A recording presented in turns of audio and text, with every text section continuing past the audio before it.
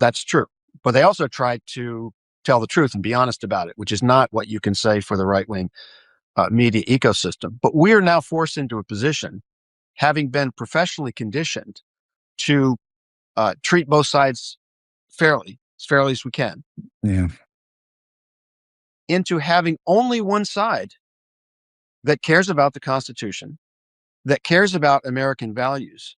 And so, uh, you know, we don't become political actors, but if you're honestly describing the situation, there's only one of our two political parties that, in fact, is standing up for the rule of law, the Constitution, and the kind of uh, values and norms and laws that made us the greatest nation in the world.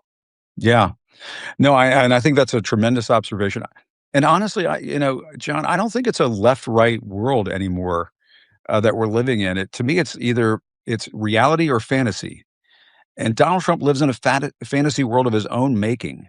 And what journalists, I think, by and large, are doing these days is poking holes in these fantasies that he puts out there. My goodness, they sent the FBI into an election center in Fulton County, Georgia, earlier this week in pursuit of evidence to support Trump's crazy, batshit crazy conspiracy theory about the 2020 election, an election he lost 6 years ago. My goodness, we have to point out not only how dishonest that is, but how crazy that is, and how from the land of great beyond, fantasy world that is. And to me, it's all about it's reality versus fantasy. We're in the world of reality. You and me, John, we know what up is down and black is white and the grass is green and the sky is blue. And Trump is trying to alter our sense of reality, or warp our sense of reality. He's trying to convince us that, that what Don Lemon did was a crime, and that what the officers in Minneapolis did was not a crime.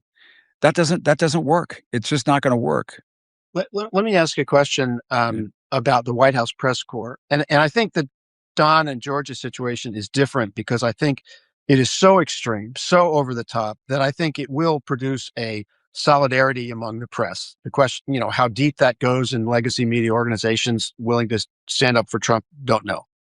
But on some of the more routine actions, Trump routinely insults people, especially women. Mhm. And one of the things that you observe when he berates someone, be quiet, piggy, or whatever. Right. You rarely find the next person saying, "Hey, that's wrong that you said that," or following Yeah. a specific way. So George